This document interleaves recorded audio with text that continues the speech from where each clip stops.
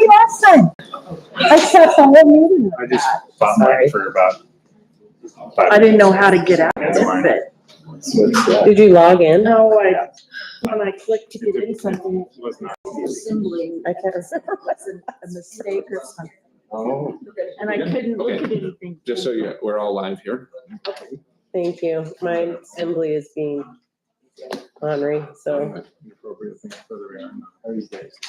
good. How are you? Back on okay, Pam? Are you? Yeah, well, I was gonna log in, so give me a second.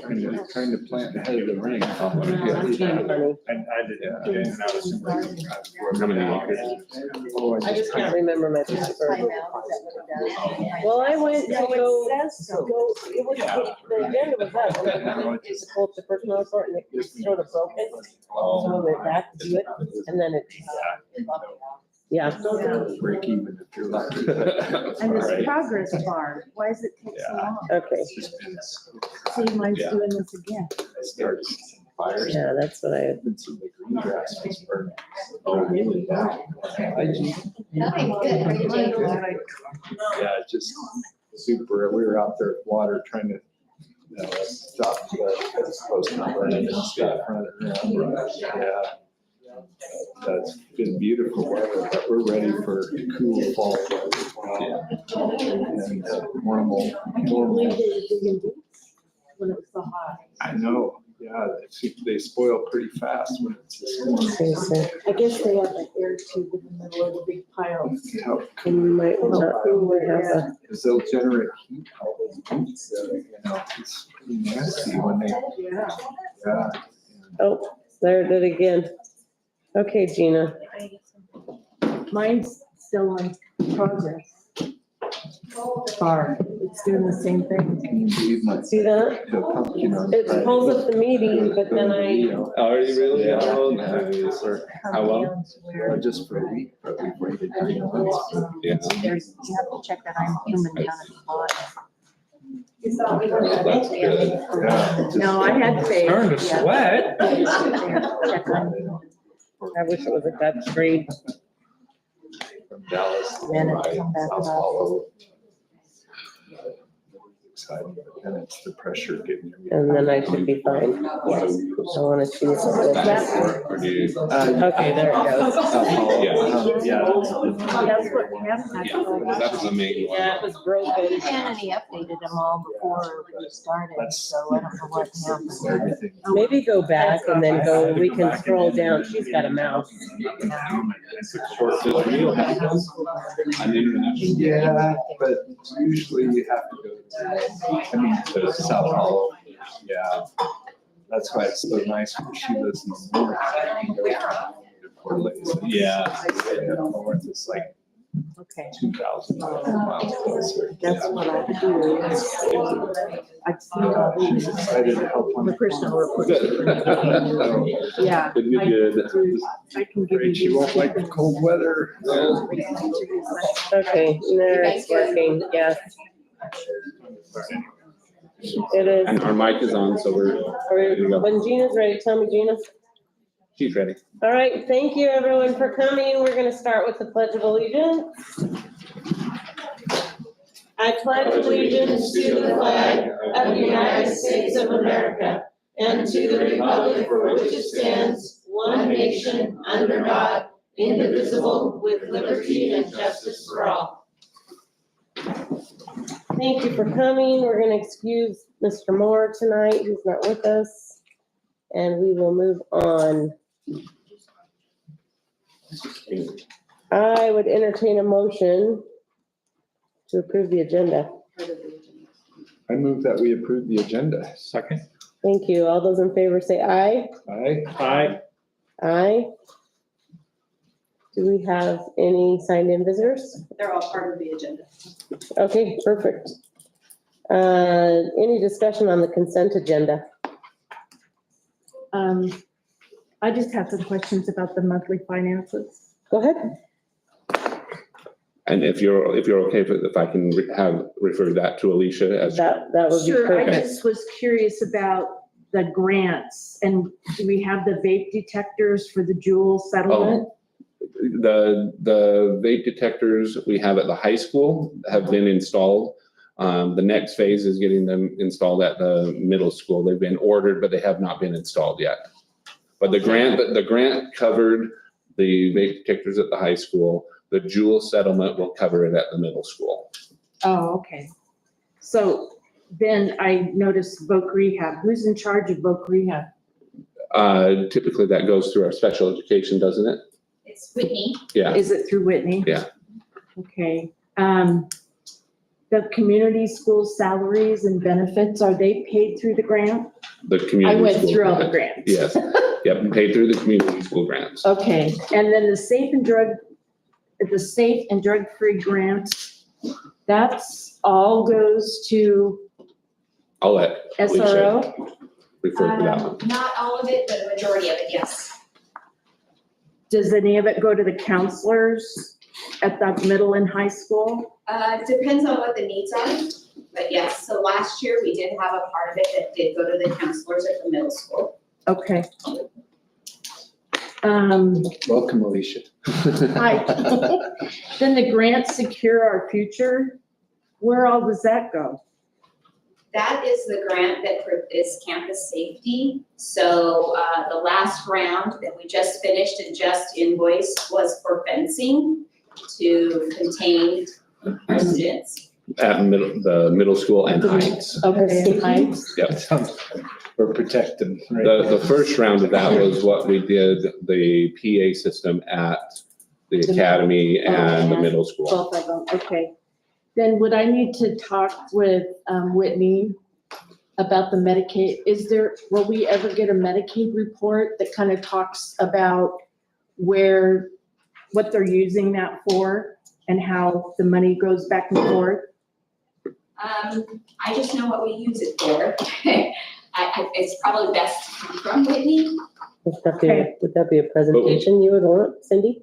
Well, I think Something it'd like be that? something that would Certainly. be So good. people understand? So, yeah. So I think it would be good, just an educational Informative, thing yeah. for the board in Yeah. general and the public. That's why I'm asking. I think that's a Yeah. good idea. If that's possible, that'd be helpful. Absolutely. Thank you. That's it. Perfect. Thanks, Alisa. Anything else, anybody? Thanks, Cindy. Mhm. Good questions. Yeah. All right, I would entertain a motion to approve the consent agenda. I move, go ahead. I move that we approve the consent agenda, please. Second. Thanks, Jay. All those in favor say aye. Aye. Aye. Let's move on to discussion items. We are gonna start with the yearbook. We're gonna have a report from their field trip. Got some students coming up. Perfect.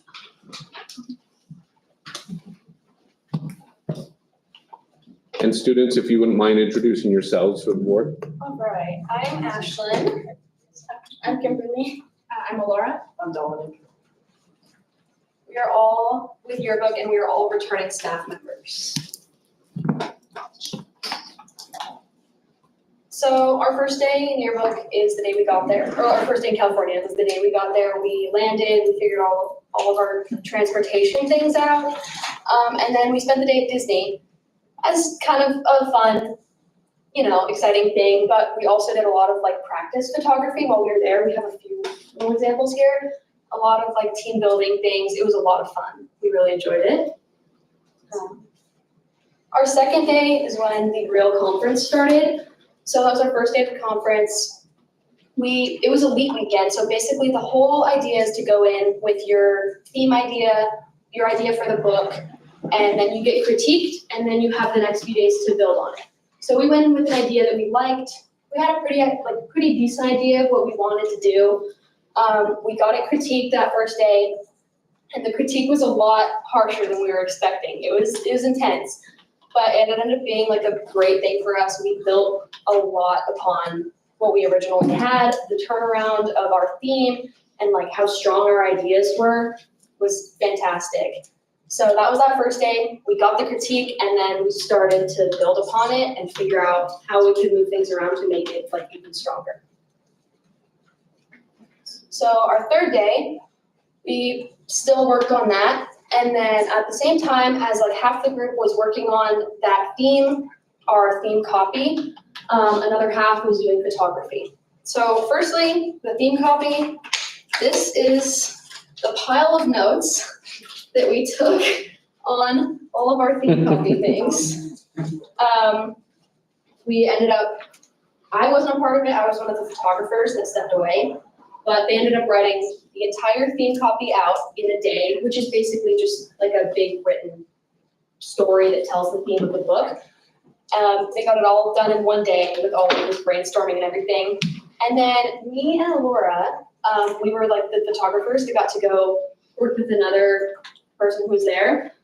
This one on the right and that photo on the left are actually a couple of photos I took. We learned a ton. Like this guy was fantastic. He taught so well. So that was really great. And our plan was to take all of those skills and then go back and teach the other students when we got back, which we have been doing. It's been going pretty well. We've gotten some really great quality photos so far this year. So yeah, our last day there was we had to make all the finishing touches on our theme and ideas and everything. This was finishing up all of the work that we put into this. It was a lot of work. This was our last day to finish it up, and then we presented it again. We ended up getting a different panel of judges than we had the first time, just because they moved a little bit of like stuff around. So we presented again.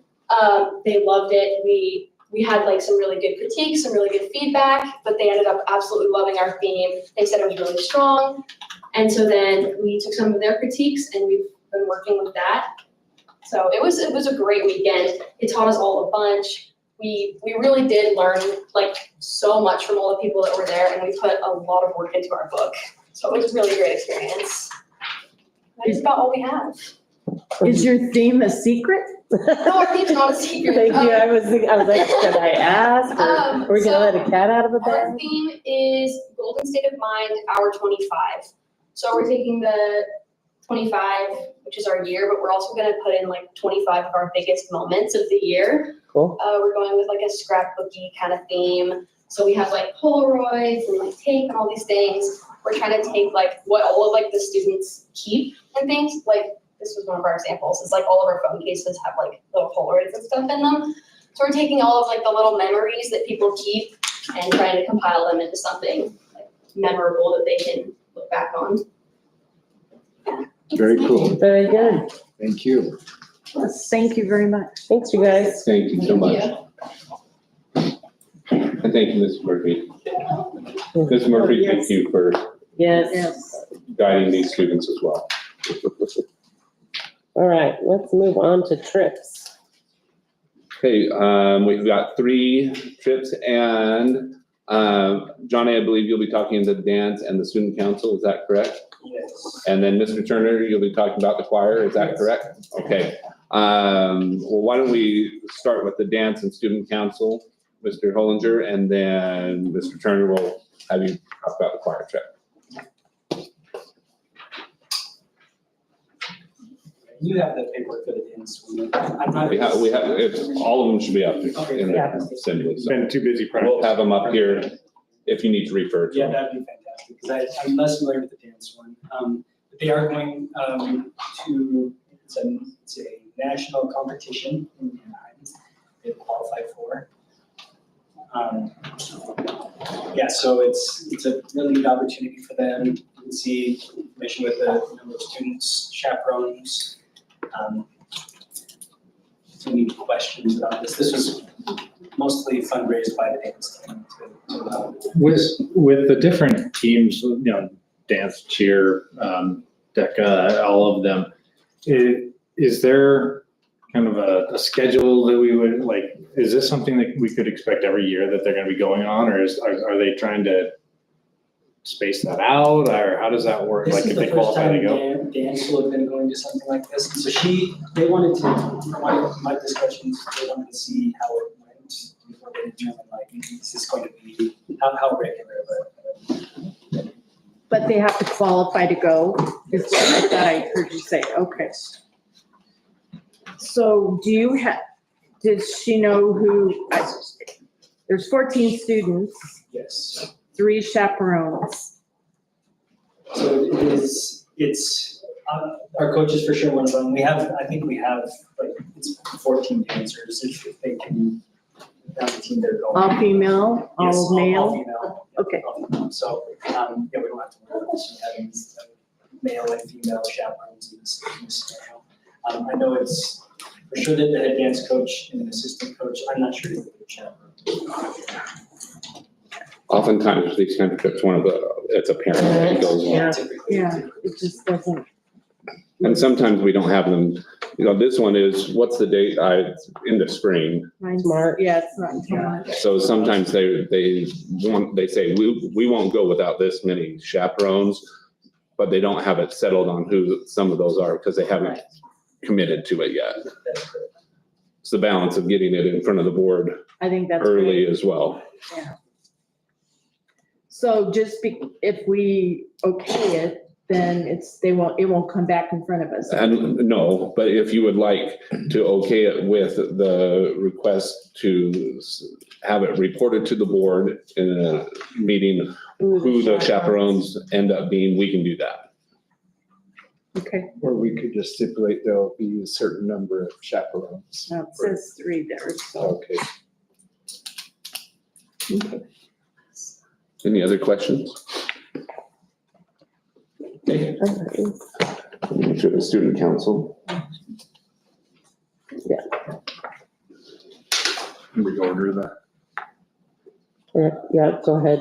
There it is. Okay, so the next one is the student council. This is the state student council conference. This has typically been held in Boise, but this year they moved it to Twin Falls. And our student council goes to this pretty much every year. This year, it's pretty neat. Our student council is receiving an outstanding student council award at the conference. Cool. So that was for efforts that they made last year, and it's a big portfolio that you have to fill out and do. And so we were one of, I think, seven or so schools that will get this outstanding student council award at this conference. So it's 2 days. It'll be one night stay. There are 36 students involved, 4 chaperones. I'm actually gonna go to this one because I get a lot of value for various cultural things for our school by going to these things, and being a former student council advisor, it's just something that I'm familiar with. Mr. Turner, who's here, will be there as well, so we'll be the 2 male chaperones, and then Mrs. Miney. Mr. Turner, do you remember who the 4th chaperone was? I do not, I'm sorry. Okay, so we'll have a second female chaperone and fourth overall chaperone, in addition to Mrs. Miney. It's a really, really cool opportunity. So, and our students will also be presenting. They do breakout sessions for all the councils where you just share ideas and do presentations. And so our student council will be presenting at least 1, maybe 2 breakout sessions at this. Sounds great. Turner?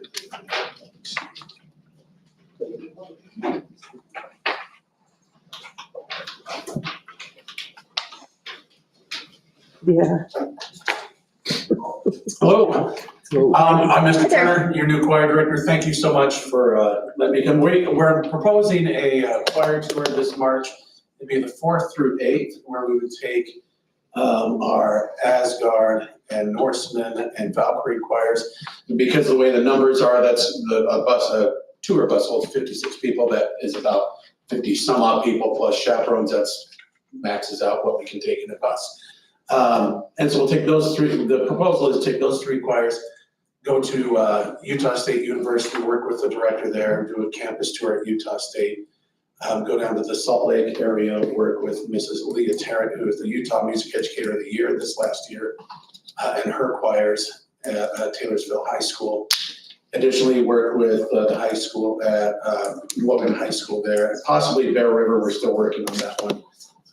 He's a former university director who now teaches at Bear River High School. He came back for family. Additionally, we would like to go see, there's the Broadway touring company of Les Miserables is going to be in Salt Lake during that time, and we've arranged to have tickets for that if we're able to go. We've also have tickets to Hale Center Theater to see their musical and a backstage tour of the theaters. If you've ever been to the Hale Theater, it's very unique among theaters. They have a lot of really different technology that no other theater really well, it's just arranged in a way that no other theater really has. And then I always like to, when we do these, I've done tours for the last 25 years.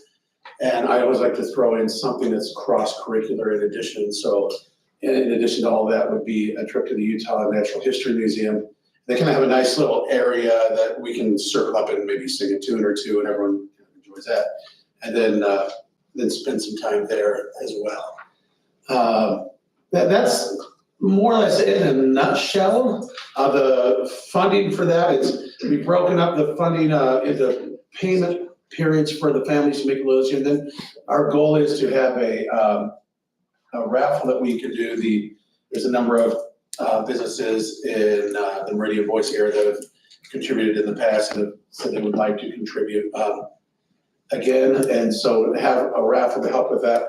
Additionally, the Asgard is singing at the Steelheads on December 13th. And we'll send a link out to everyone who's interested. Every ticket bought through that link is $5 to our choirs that night. And so that's another additional fundraiser. And then we are going to also host a talent show in January, and that will be another fundraiser to help offset those costs. In addition to existing monies, which will help as well. Questions? There we go. Anybody?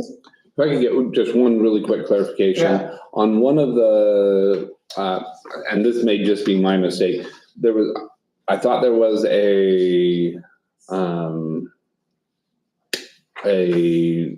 on the program for the Steelheads performance that was on November 13th. Yeah, that's. And then there was a game scheduled for a hockey match that night. So I just making sure that it was the December 13th. That may have been my mistake. I apologize. That was it. Yes, it is December 13th, Friday, December 13th. Okay, perfect. Not November. Thank you. Apologize.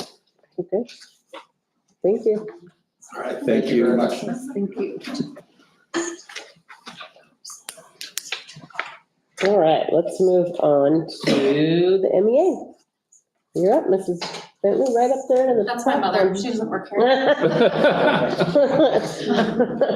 Well, you don't have your students call you Tina, do you? No, but it's Miss Bentley, not. Miss, sorry, my bad. It's okay. I apologize. She's getting close. Oh. I was gonna say, you're not- I'm still gonna be Mrs. Bentley. Just saying. Thank you. Thank you so much. Why did I invite you to come with me? Remind me? Oh, sorry. So I am Tina Bentley, and I'm the current Middleton Education Association President. This is Shannon Forster. She's our current Vice President. And some of our other executive team members are here today. I'm just gonna say their name because I know not everybody's here. So myself and Shannon, and then our secretary is Heather Larson, and she teaches at Heights. Our treasurer is Melody Craw. She's multiple. She's the Okay. GT teacher. The building rep at the high school is Mrs. Murphy. And Mrs. Lake, Miss Lake is also at the high school. The middle school's Glenn Kershaw, Belle Hershey at the academy, Melissa Scott at Heights, Raquel Kohler, Purple Sage, Kristen Williams and Lena Butler at Mill Creek. Ron Hurl is our class 5 rep. And some of you may know our negotiators, Jess McLenna, Susan Hawk, and David Neal. And then we have a membership chair, Tracy Boucher she's at Purple Sage as well.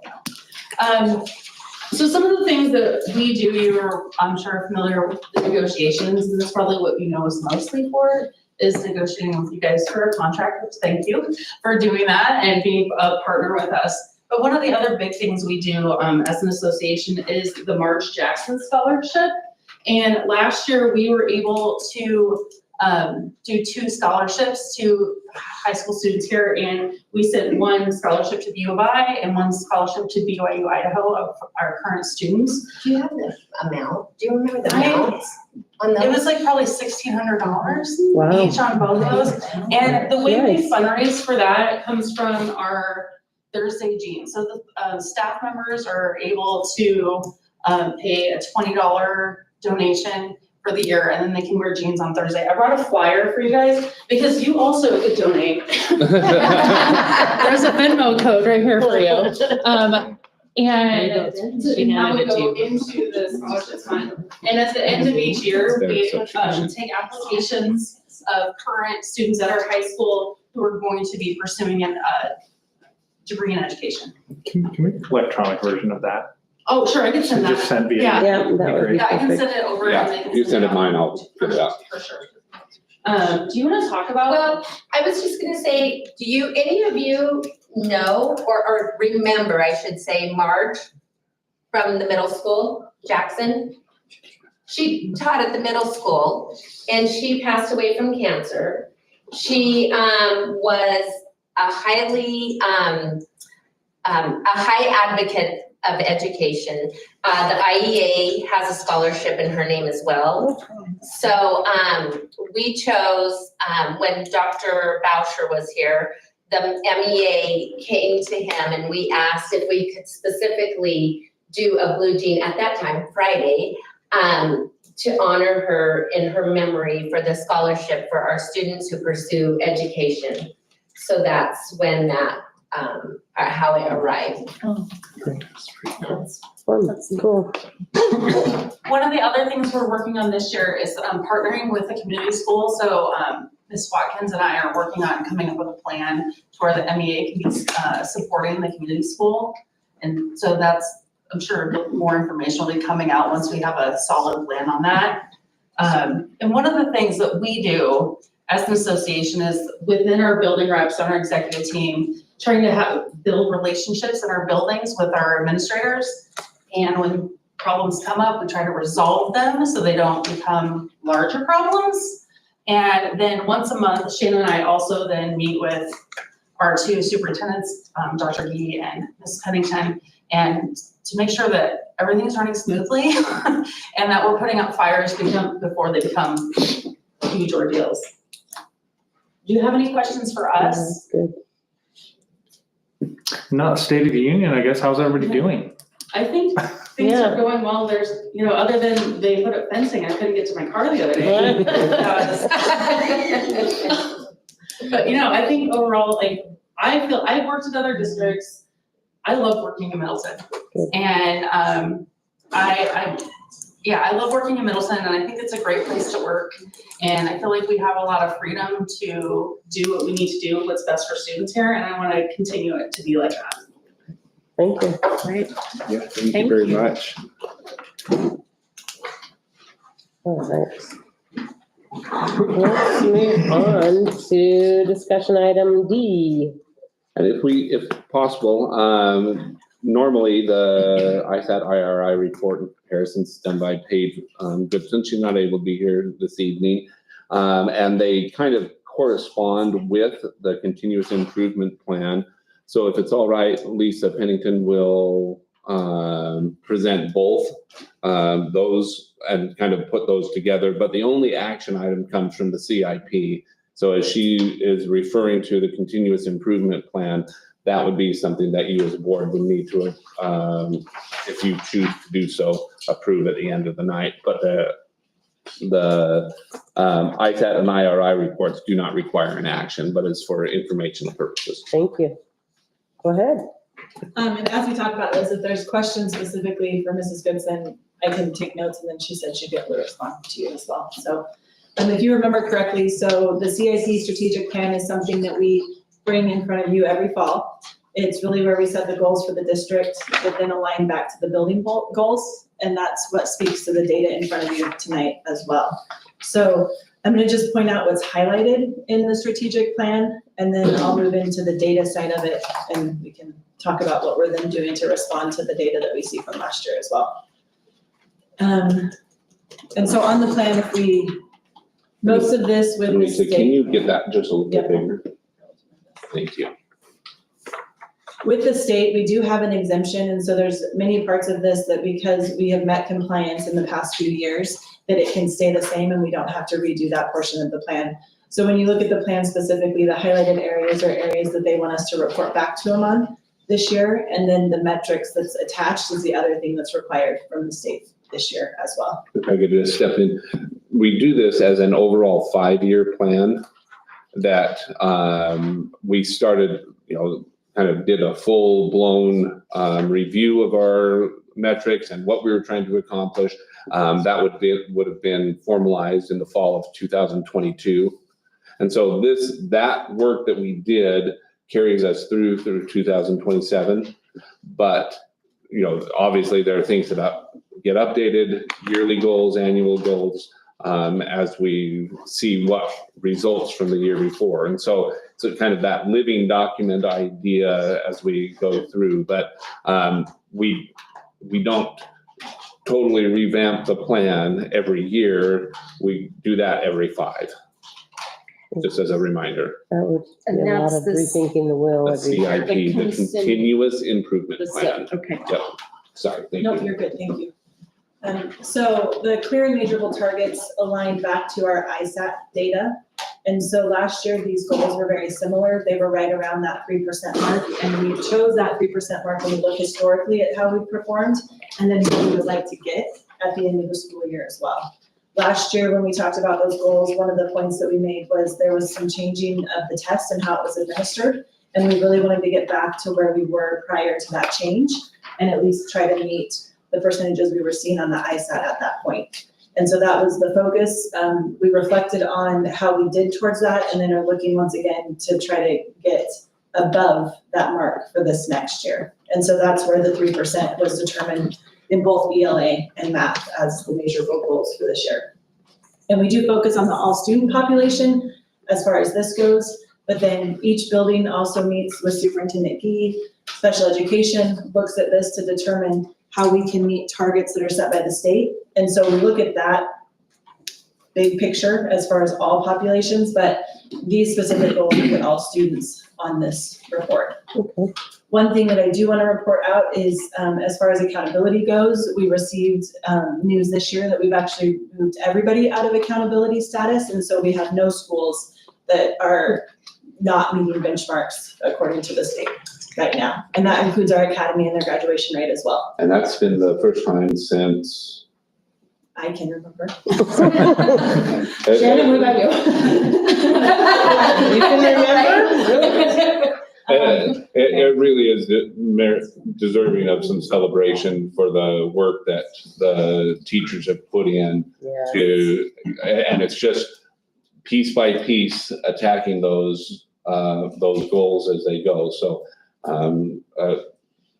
we don't want to say we're done, so we don't call too much attention, but we do want to celebrate the fact that is It's going in the right direction. going in the right direction. And I think what's important is schools were identified in special education areas and we've been able to move out of those areas that were targeted. Academy was targeted as far as graduation rate, not meeting a high enough percentage, and we've been able to move. So it really does take, when I say all students here, we are really looking at all populations as well and all students when we talk about how we approach these things, so. Very good. Questions here? I know this is not. Any questions? I was gonna say, did we have that? I don't remember. Yeah, it looking should have at that. been. Oh, I didn't go far enough. Yep, thank you. Yeah. Sorry. The other markers that were updated on here, you'll notice that the 22-23 graduation rate, the total graduating students between both schools, so the academy and high school was 357. The graduation percentage rate is 99%. That's how many students start their senior year with us and end their senior year with us. Remember, that's different than that cohort rate. And so that's why we show the two different percentages. Explain the cohort rate, just. So the Okay, cohort rate hold on. is anybody that enrolls with us as a freshman Mhm. and then stays on our books. We are then seeing where they are as a senior and if they graduate with us there as well. There are Thank you. appeals processes in that, so we do try to appeal any that went to different schools and we don't have transcripts or different things like that, but that we measure from the freshman year to the senior year. The other is start of senior year to end of senior year. And for the most part, when a student leaves our school, like say they're sophomore, they started with us as a freshman and leave as a sophomore, junior, or senior, when they leave, we receive requests for their records. At the moment that we transfer their records, that student is no longer part of the cohort for our schools. But if there's a student that the parents choose to leave and then don't enroll, their student somewhere else. Or that school that they enroll in don't request the records from us, then as far as the reporting is concerned, that student is still one of our students And counts as and counts as a non-graduate because we don't have any verification of that.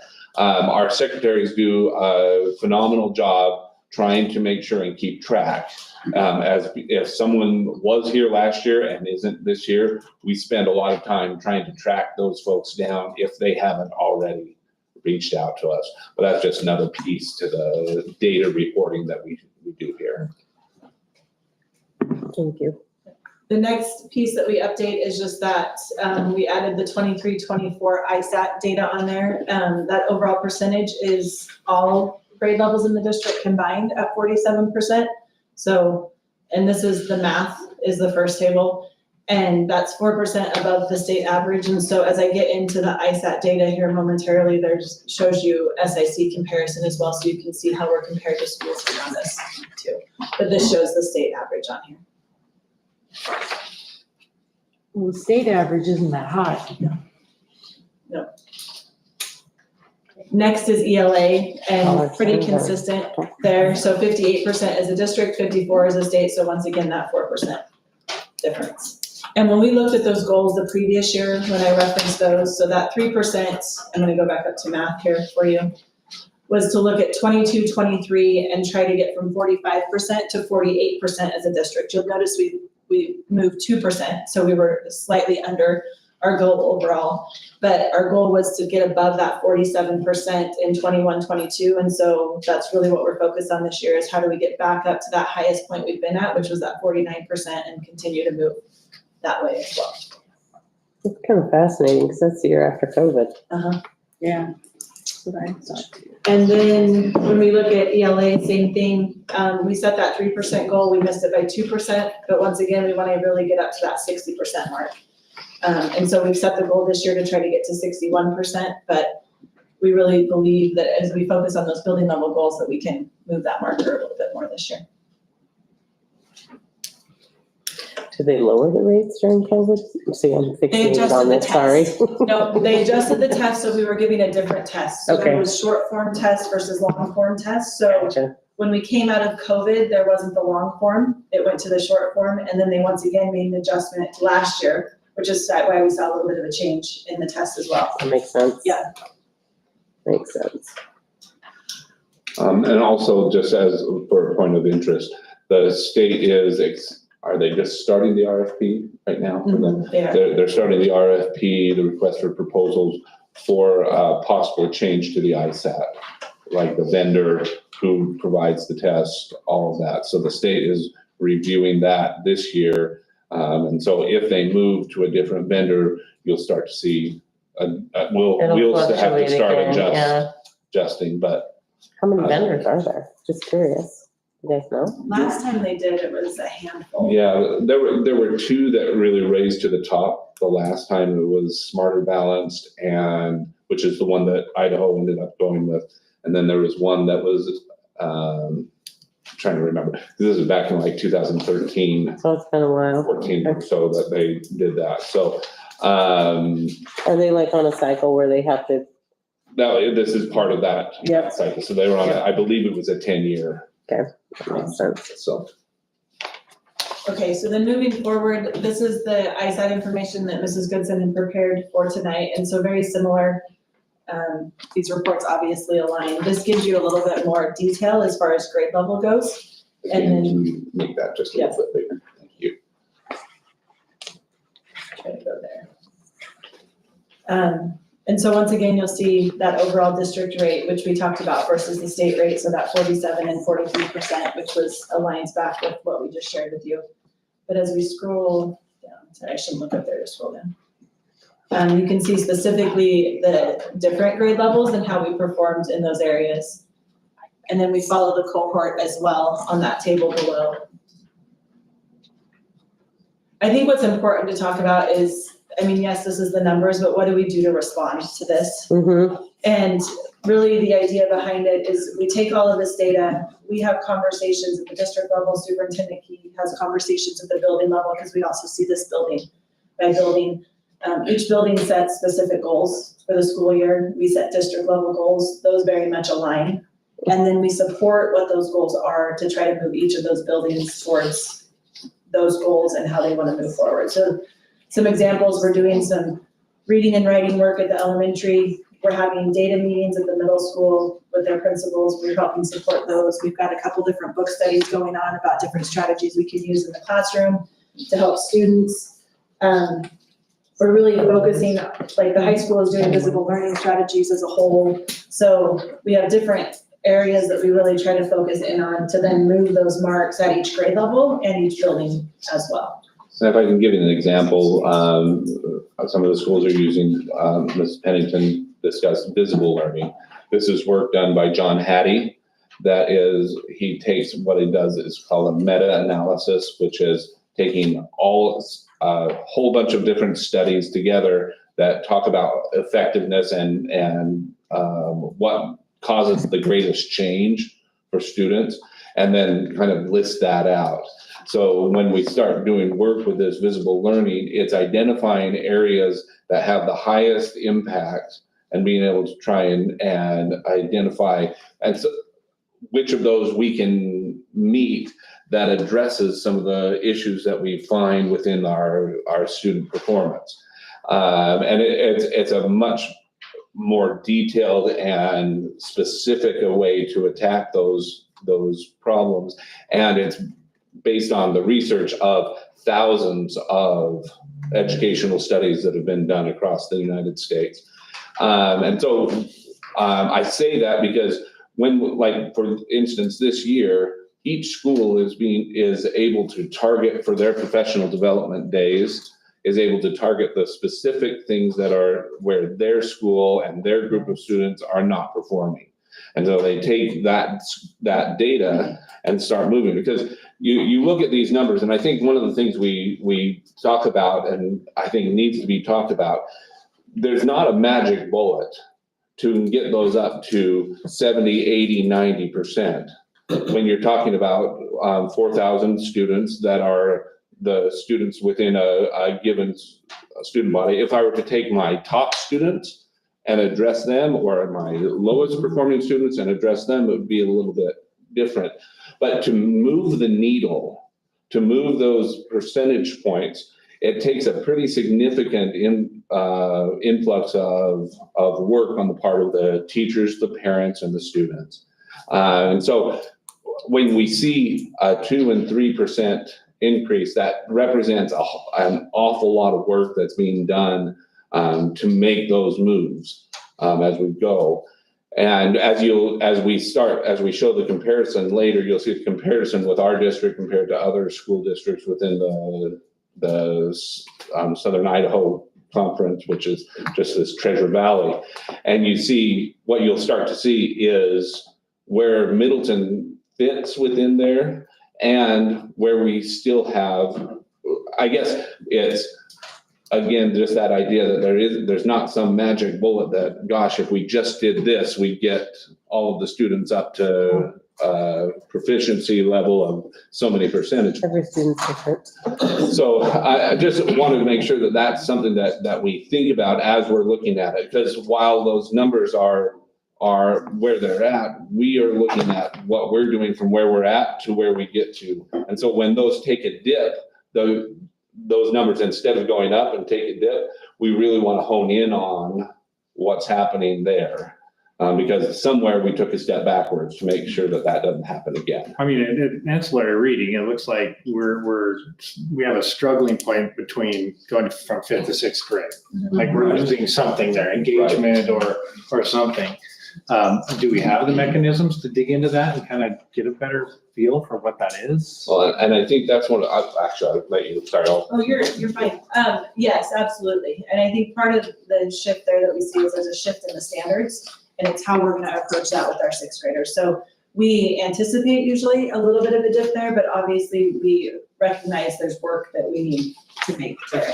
And so when we talk about the mechanisms, that's where when the middle school this year is specifically doing data level meetings with their building administrators. supported by the district. So then we can look student by student, we can talk about different types of assessments that we're giving. How do we see how they're performing day to day versus overall? And so we are really diving into those areas and having conversations.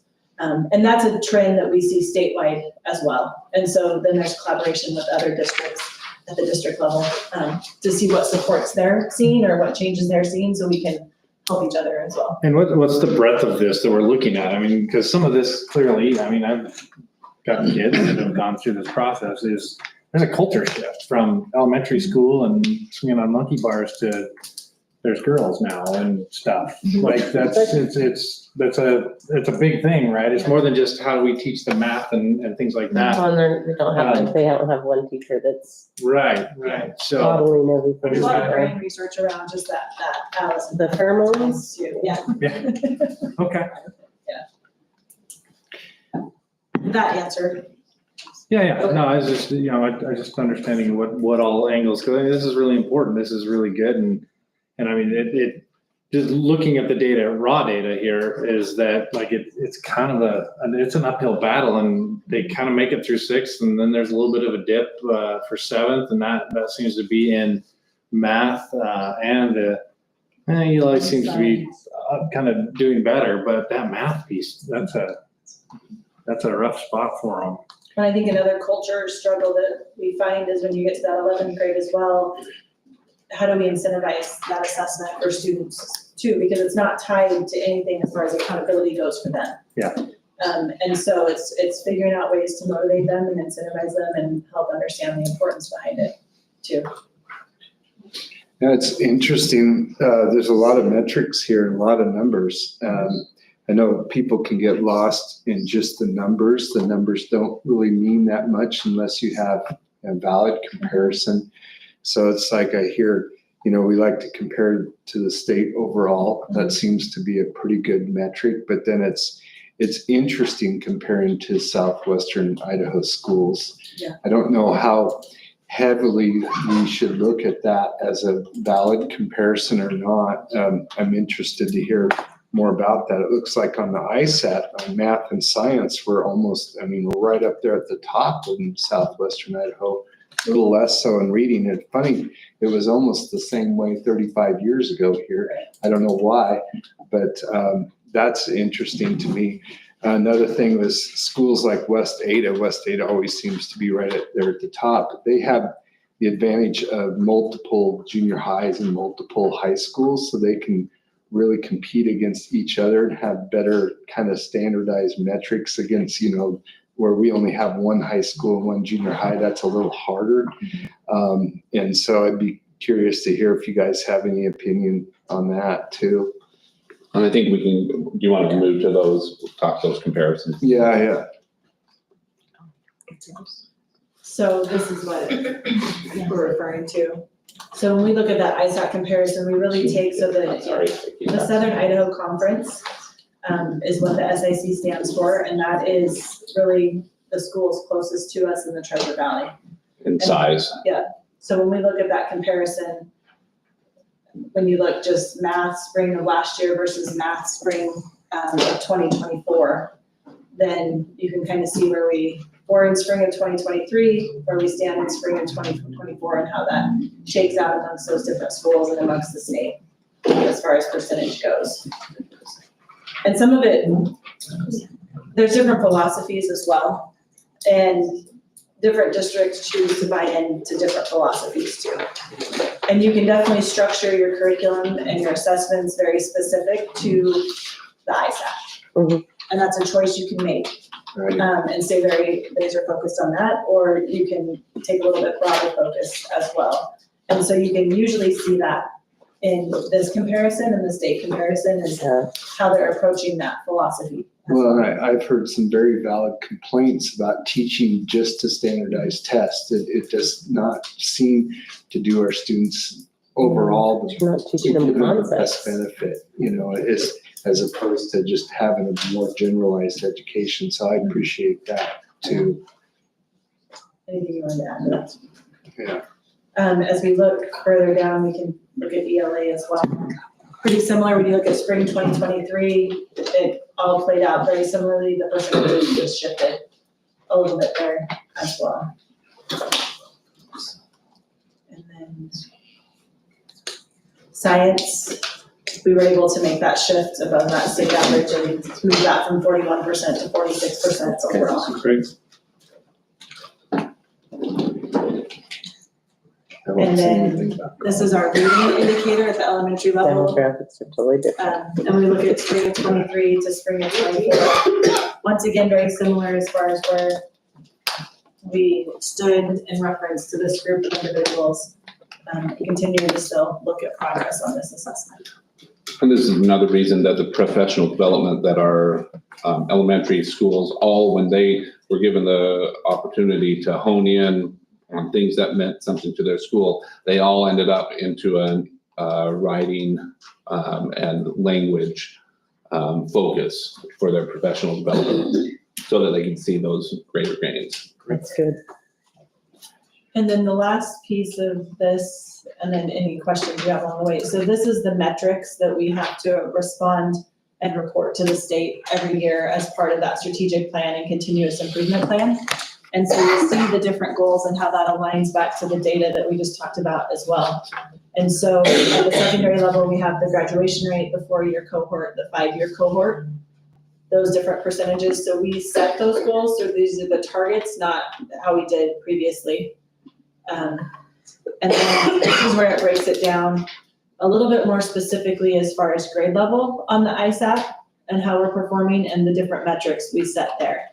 And so this gives us an opportunity to drill down even more at each of those specific grade levels and not only just look at proficiency, but also growth and how many of our students are growing, which is also a very important indicator for us to look at because students may grow a lot, but still not be proficient. So it's important to make sure that all students are looking at that growth piece as well. And this is in response to the reading information. And so you can see targets last year, targets we're choosing to set this year. This isn't how we perform, but these are the targets that we've set to try to meet.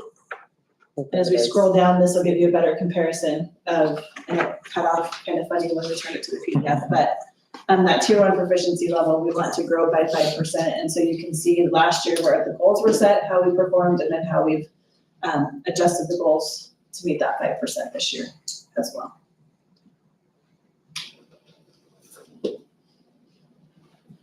And then our post-secondary, so the academy sets a goal that they'll have all students, all 12th grade students have that post-high school plan.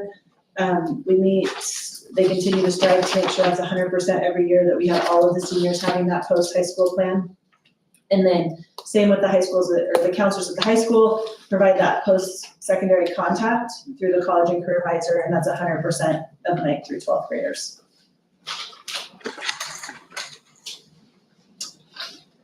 And then just a narrative that summarizes what we've talked about tonight. So this is what gets reported to the state as well. So they know what goals we're setting for this year, and that aligns back to everything else we've talked about. And the state has taken a preliminary look at this information and has said that we have met all of the criteria that they would have if the board is approving of it. Go ahead, you have a question? I'm just curious on the section of staff performance and Yeah. previous year results. Why do we group K through 3 like the way they do it? Why don't we break down K 1, 2, 3? We could do it that way. We have looked at the overall average because we're looking at the same exam. So it's that Idaho reading indicator that we're reporting on that. And so because we looked at the overall average on that from the district, then we have the ability to set that goal that way on this report. So we're going from 2020, 23, 24 was 66%, and our goal is moving to 71. Yes, and that's that 5% growth that we talked about with that reading indicator Right. goal previously. here. Okay. Yeah. But in schools, are they, each grade level is looking at their Absolutely, yes. individual? Because to me, that's a really, I mean, that's a great percentage, to be honest with you. And I know in the narrative it talks about how the kindergarten has made, but it'd be interesting to see where your 3rd graders are before they move to fourth. So if they do it, then, Yeah, and then a little bit previously in this report, if we go back to this area right here as well, we do break it down by those I grade see level that percentages there. here. okay, And then the buildings themselves break that down even further, most of the time all the way to a classroom level. So then Okay. each kindergarten classroom is looking at that specifically and how each of their individual students are performing. so they're still doing focus groups with knowing there's a big continuum within each classroom. Yeah. They're taking focus groups They are. and help each other as far as co-teaching? Yes. Okay. Yep. Yeah. Okay. Thank you. Any other questions or comments on that? Just thank you for, Yes, to our, thank you. to our teachers and staff for working on educating our children. I know sometimes it's like trying to herd cats, but it's no easy job, but we appreciate that growth and look forward to Yes. continued growth. Absolutely. Yeah. Overall, you guys have to be fairly pleased with the results. Yeah, always, and it's trying to celebrate where we did well and continue pushing. Don't want to become complacent. And so just trying to continue to push that and balance that with what our teachers are able to do at any given point, so. Perfect, yeah. Sounds good. Perfect, thank you. Yes, thanks. Let's move on to discussion item F. Mr. Hollinger. My grandpa went to Caldwell High School, Maybe a different one, I was there. Not the same now. Okay, we would like to propose to move our graduation date from May 21st to May 23rd, and do that at 2:30. And location. What day is that? Is that Friday? It is a Friday. The reason we are doing that is because we are also looking to move the location of graduation from the football field to the Idaho Center. Will the kids still get out Why? the normal time, the seniors? Yes. Yeah, this is not a decision we've taken lightly. We have some darts back here we're gonna throw at you. I know, but I love it too. So I can walk you through the reasons if you. That would be good. That would be Yeah. Very much so. Where should I start? Okay, so first, the inclement weather. We were this close to being in the gym this year. Our Sure. backup plan is just not, if we had to do our backup plan, it would not be a good graduation ceremony. It would be in the gym, which we couldn't fit everybody in. We would have to cut it in half. So only half of our graduates would get to see each other graduate. It'd have to be a condensed ceremony most likely if we were to do that. It wouldn't be the type of ceremony that our community and our students deserve. So that's probably the biggest reason. There's a cost involved. It's much cheaper to do it at the Idaho Center by about half. It's really expensive to do it the way we need to do it if we're gonna do it outside of our football field. There were concerns about being able to fit people in our stadium. We're only growing, so room was getting tight. This is probably something we'd have to do eventually. And so do we do it now or do we do it later when we're forced to do it? And parking as well at the high school it was really, really hard to find parking. Well, I just have a good comparison because I went to the Valley View graduation. It was just a couple of days before ours. So I was being at both, Valley View's was at the Idaho Center. And it was just so much easier. It was so nice. There's just so much more room. You could hear everything better. You don't have, the wind wasn't howling through the mics and it That's was. only one time. And I love it as a high school too, like the football field, I think it's really special and that's something we took into account. So we reached out, this wasn't just, me or any of our staff just saying we need to do this. We reached out to our patrons. There was a poll. It wasn't like super definitive either way, more. Primarily of the seniors. Yeah, senior students, all the parents though. Well, actually, we said not just the seniors, it was all the students. Okay. More seniors responded than underclassmen. but all the parents and then staff members. And so 55% preferred the Idaho Center, 43% preferred the football field, and the rest, the other 4 or so percent just didn't really have a preference either way. So, it's not like one side preferred either place, but it seemed like this was probably a wiser decision for us. Well, and honestly, it's probably a little bit easier for family to get to it on Friday than on a Wednesday. Yeah, there's probably some. I've had people say, why Wednesday? Yeah, that was some feedback we got too. Traveling during the middle of the week is hard. So are we gonna like blast this to everyone all over so they absolutely have it, because hopefully we don't have people that have planned And if I could make a point, vacations. as a already? board, typically we haven't made a decision as a board for the specific location, but as a board, we've made For the date. for the date. Yeah. And so when you're looking at the action item tonight, the action item is For the for the date. date, the change of the date and And time. The location is what is driving that, but the Yeah. change in the date and time is what you would make the action item on. So what's the time difference? The time for the new one is in the afternoon, 2:30. So not the location, because on there it says location, On which? on E. You got it. Well, right, and it was just We got it kind of covered. part and parcel, so. You're good. But yes. We got it. Yeah, to do it at the Idaho Center required that day and time for us. I think there was one other option, but it was like 10 a.m. on Thursday. It didn't seem like a really appealing time for evacuation, so we thought Friday afternoon would be a little better. And see, I'm shocked that it's half price at the Idaho Center, because going to both, I Yeah. thought, oh, it must be a lot more expensive at the Idaho Center. It's That's just what I heard. so much nicer. Yeah, it's not, and that's even with us. One of the concerns was, will patrons have to pay for parking? They will not. So Yeah. that's with us Good. covering the parking fee for the event. It's still that much. Will they still supply like the golf carts to get people? Yes, In and I out. believe they do. That's part of the parking Good. package. Yeah. Especially.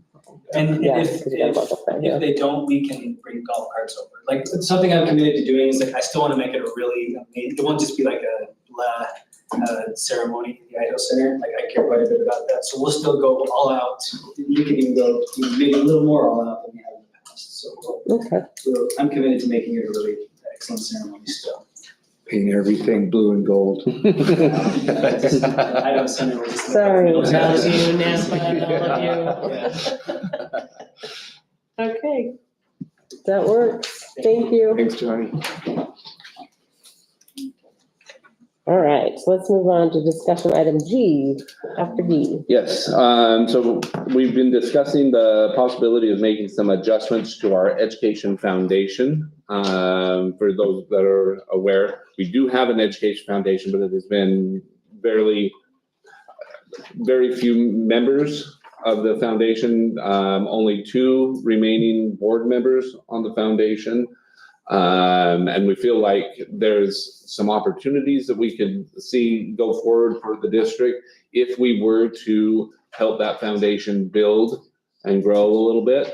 And so there's some, and I'm using a little bit of the experience that I've taken from my time in other districts, primarily in Preston, where we took a kind of a fledgling foundation and tried to grow it into a much bigger, more professional foundation.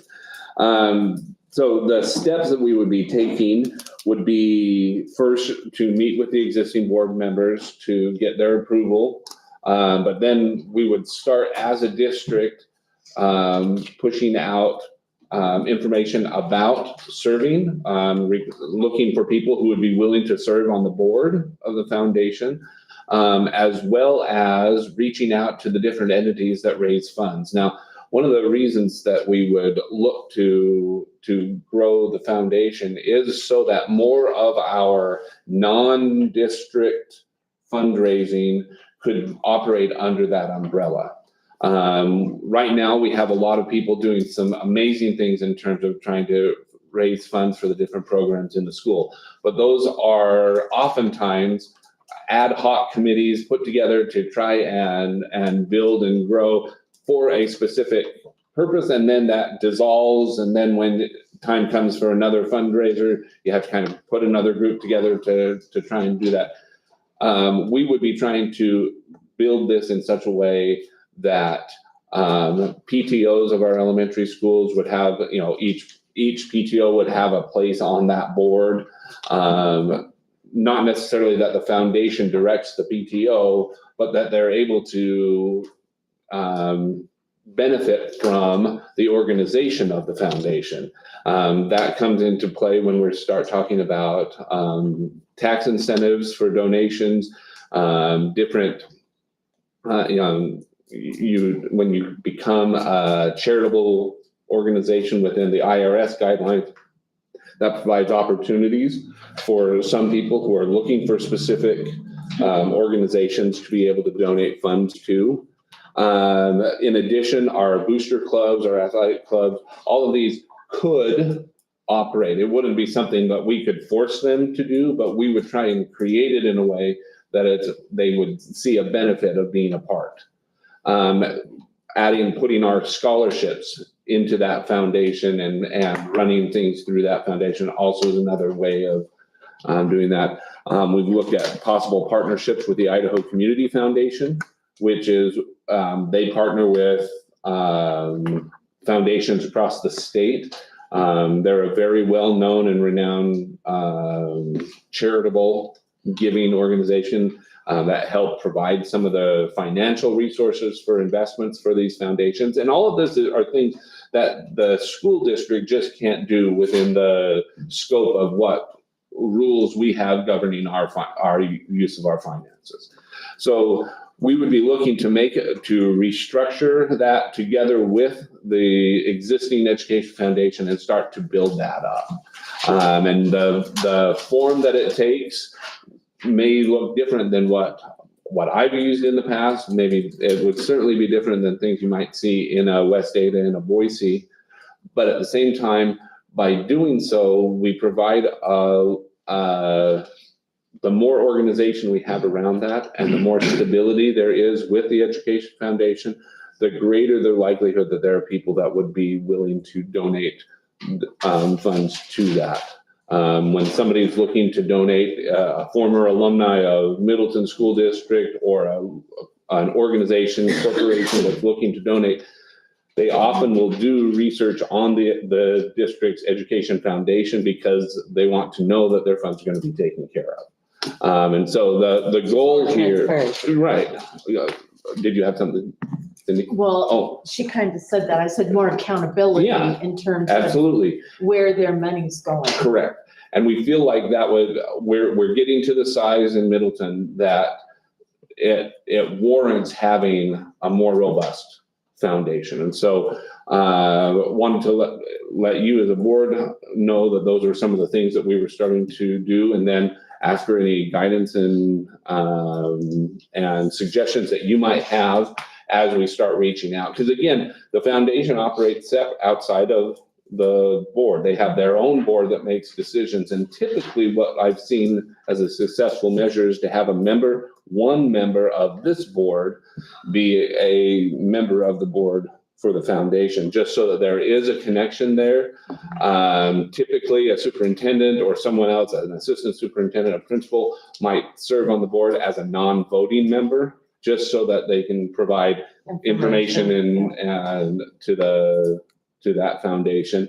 And then we look for ways to involve different organizations within our community to come and be a part of that. And so everywhere that we've seen a formal and well-organized education foundation go in, you start to see the engagement within the community It go up. allows alumni to create scholarships. And my dad has one. I know Lisa's I think grandfather has one in Caldwell. Caldwell is They actually have- a very solid It is a very foundation. good sound. It is. And there's a lot of scholarships for kids, which I think is Right. pretty cool. Yeah. So So anyway, if you have any other suggestions or thoughts that you want to share tonight, or as we go on, I'll obviously keep you updated as a board as we move forward to that. Well, what I noticed at the last football game, home football game, it looked like there's a lot of Middleton boosters around. Would they be connected into They this? can be. Okay. Like you said, when you create a foundation, you can't tell a booster club which operates outside of the school anyway that they have to do that. But the goal would be to create an organization that provides a benefit to them, so that when they come and participate, they're getting the benefits of the organization of the foundation in addition, and that it helps maintain that over time. Because what you'll often see in smaller communities, especially, you'll see ebbs and flows within some of the different booster clubs, PTOs, just based on the parents that are willing to participate. And sometimes you have a lot that are, and then sometimes you hit a low spot where not as many are. And when those low spots hit, it sometimes takes a lot of work to get those back. And so the benefit of a foundation is to provide some consistency to that as we go forward. It's a lot easier when the football team's winning. It is that as well. Yeah. I just feel like I totally think this is a great idea. I just am concerned about some of the parents, and I'm just gonna be upfront, Venmoing or getting money to other parents and not an actual club or booster situation. Right, and I think this, if we can get those booster clubs and PTOs to come and be a part, then that organization is there, because to be a part, you would have to be managing the funds in that way. Yeah. And it helps everybody feel better about donating when they know they can see, they could ask for a report of that at any time. Yeah, just like they were saying, transparency. Yeah. For sure. Okay, perfect. Very good, thank you. Yeah. Let's move on to the alternate plans for the elementary school enrollment. Dr. Lee, that's you. Yeah, and you can bring that document up, Mrs. Pennington. Okay, so first, what I wanted to show, this is the school district capacities and enrollment for, as of September 11th of this year. You can see the 112% at Mill Creek, 143% at Heights. You see the next one actually is our high school at 96% of capacity. As you can see, there's obviously things that we're having to address. And we've talked ad nauseum on this board about the need for an additional facilities. We'll be looking at a way to go forward with that in a bond for a new elementary school in May that we've talked about. And while that hasn't been established, that's the direction that you as a board have given me, is to prepare for that. But one of the things as we look at these numbers, and we understand that while the enrollment has kind of plateaued at this point, there's certainly those numbers are going to increase with the number of lots, with mortgage interest rates going down. You're going to start to see those. The plateau has coordinated almost perfectly with the rise in interest rates.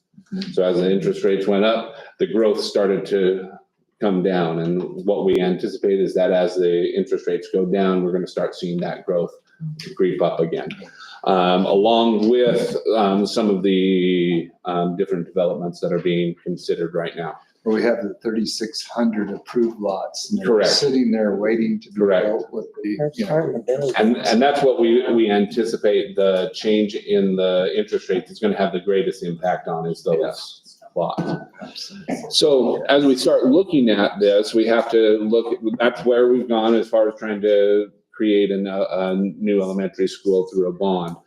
So the next thing that we would have to look at is the different alternatives if that bond were not to pass. And it's not something that we want to necessarily say, this is what we're going to do. But it's important that we have this conversation now, because for some of these things, they'll have to be moving along, and we'll have to start into some of these different pathways pretty quickly if the bond were not to pass.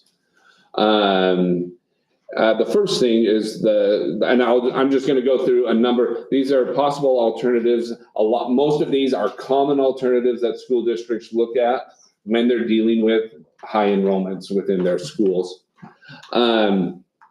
Changing boundaries for elementary schools to equalize capacity. Lisa, would you mind going back to that previous document?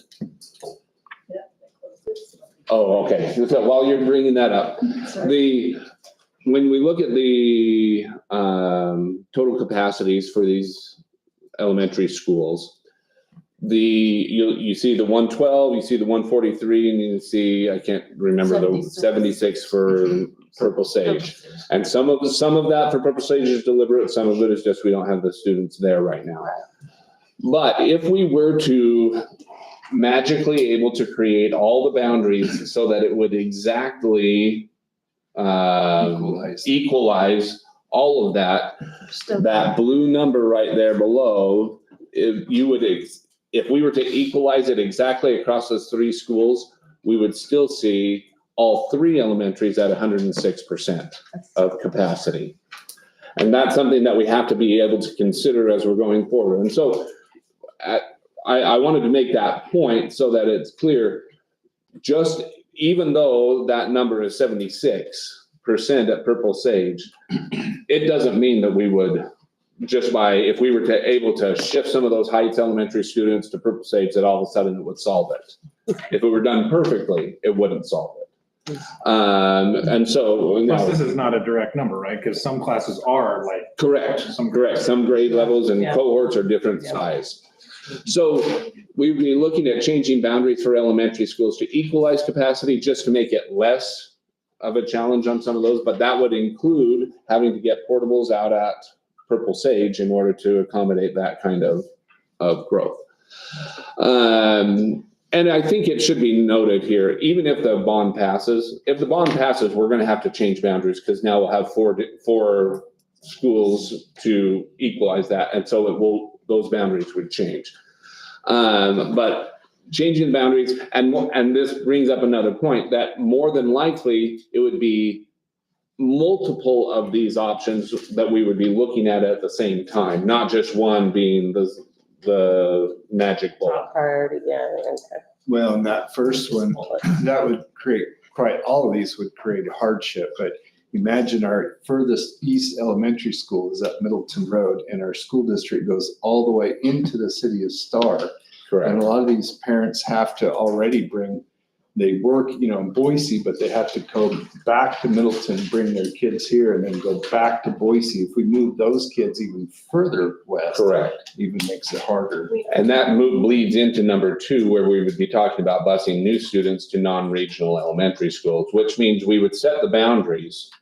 And then as new students moved in, they might not be able to attend the school that is closest to them. Mm-hmm. They might have to be bused to another location where we have the best amount of space available, the most portables, the most options that are out there. So those are some of the things that we've got to be thinking about. The other thing you have to look at when you start talking about something like busing new students to non-regional elementary schools is that there's a much higher cost that comes into our transportation contract if we have to start doing that, because we're transporting kids further distances in order to get them there. For them, Correct. Yeah. So those are some things that we would need to be looking at, but these are options that we would need to consider. Number 3 would be changing our schedules for elementary schools to year-round school or shifts. There's different ways that can be done. Year-round school, what you end up is that some are the different tracks. So students would go, a certain number of days in this, and with a group of their compadres, and then there'd be another track that would go a different time. Started a different, yes, and we would be staggering that out. When you start talking shifts, what you start looking at is the day becomes extremely long, but you have a number of students that start early, very early in the morning and get out earlier in the afternoon, and then others that start in the afternoon and What does that later. look like with teacher contracts? Well, some teachers come on the early shift and some teachers Okay. come on the late shift. Okay. You would have to break up the staff Who's gonna do that way as well. And it does, it becomes more, yeah, this is not That's why I set. was like, This is not what we're doing, or, It's a long day. but it's something we absolutely have to consider. Yeah, Because these are gonna be some of the challenges we'll be faced with. Another possibility that could probably combine is adding more portable classroom units to the spaces, and that would probably start now out at Purple Sage, where we would equalize as much as we could, but we would have to put some portable units out at Purple Sage in order to accommodate the students. That also includes, we will probably have to start soon looking at portable units at the high school. As it stands currently, we're at 96% of capacity, and so we're gonna have to start looking at that kind of a thing. Another thing that we brought up when the last bond failed, and the board had to make a decision of how to accommodate the students that were coming. We looked at the possibility of shifting 5th grade students to where our current academy is. So they would be here on the campus with the middle school, but they would operate separately from the middle school. But we would have to find a place for the academy students, and what we had talked about was the red brick building, which has a lot of code issues, non-functioning boiler, a lot of roofing issues. There's a lot that would need to go into that. The estimate at the time was $4 to $5 million in order to renovate it to a point where students could use that facility. So one of the things we would look at, if that were the case, because you as board have said we're going to be setting aside at minimum $8 million from the facilities modernization fund towards towards an elementary bond, the elementary construction, so that the bond would be a smaller bond. We would have to take some of those funds in order to be able to create the space appropriately over here. And one of the things that we look at when you have facilities that are at this point that they are, for instance, let's just talk about removing a specific kind of tile. There's oftentimes you're going to have to do abatement of asbestos that would. Oh, it's all asbestos. Yeah. Right. Yeah. Mhm. Yeah. So oftentimes with building, and I say this not because it's not a viable option, it's that we want to make sure that it's clear that this is not the most efficient use of the funds. Right. It would be what we would do we could possibly do to get by, but it's not an efficient use of the funds, because even though it's a lower dollar amount, the cost that we're paying per square foot is going to be much higher than what we would pay if we were building a new school. And which is a pretty common thing when you're talking renovation of very old buildings. So that is another option that we could look at that would, again, what that then does, pulls all the 5th grade students out of the elementary schools, thus giving you 200 to 300 student cushions at each of those schools while we wait for that growth to catch up. And that's the other part of this, is eventually that growth is going to catch up. There's just no two ways about it. We have to be ready to utilize. At some point, we're going to have to be able to ante up and build a school, but that is on us to create that situation that our patrons feel comfortable committing to that. I was trying to remember how many students that red brick building could accommodate, because I hadn't been in there since 1976. Right. Well, and that's why we would be bringing the academy students to the red brick building, and having the fifth grade stay at that, the current academy building, because we can place those fifth grade students in the back end of Annex A as well, which is very close by. And so you would have the proximity of it and not have to add classroom space onto the red brick building. I'm betting that building's a little smaller than you remember it. I think so. It seemed pretty big then. The whole district was in that little building then, of course. So number 6 is another way to free up space. And this would be something that could be done from, at whatever level we would deem appropriate, all the way up to 12th grade, would be moving students to online classes for parts of their day. It would not be something we would be looking at moving the student to online all day. But if you're taking students out of class for multiple periods of a day, then they may not start their in-person classes until later in the day. But that would be shifted as well, meaning you would have some that would start at the regular time, some that would start after first period, some that would start after second, and so on. And that's how you could make space, physical space for students utilizing an online. That also is going to have an increased cost in busing, because we still would have the responsibility for busing if students chose to take that. So those are some of the things we'd have to be looking at. These are the initial strategies that we looked at. Wanted you as the board to understand. We're starting to flesh those out more so that we have, instead of 4 to 6 million, we have a better idea of what that would actually take at this time, not 3 years ago. We would have those conversations about the classroom units, how online classes could work, what the different proposed schedules could be, and we will start looking at what a boundary change would look like if we were looking at changing the boundaries just to equalize what we currently have. So those are the things that we'll start doing. If there are other strategies you as a board would like me to start considering and add to this list, I'm happy to do that as well.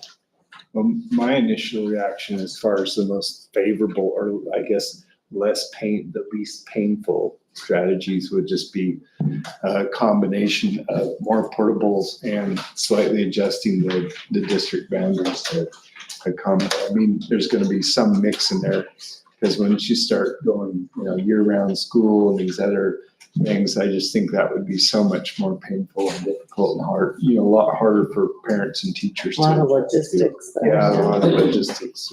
Right. Yeah, that's just my initial reaction to that. And I think the portables are a lot cheaper than renovating the old brick. And they are, and that's why the board chose to do that in the first place, Yeah. to free up this for the space that we got. We just got to get some bathrooms to go with them somehow, some way. Is there space at the other elementaries for portables? Just curious, besides Purple Sage. We would have to make some adjustments based on, primarily, when you bring up the restroom, primarily even with the space that we have, the students that we have, we're starting to cause problems with the restrooms in the buildings. Well, Because you have so and many your students. lunchroom too, your lunchroom Yeah. isn't big So- enough. So we would look first at equalizing and putting portables at Purple Sage rather than adding portables.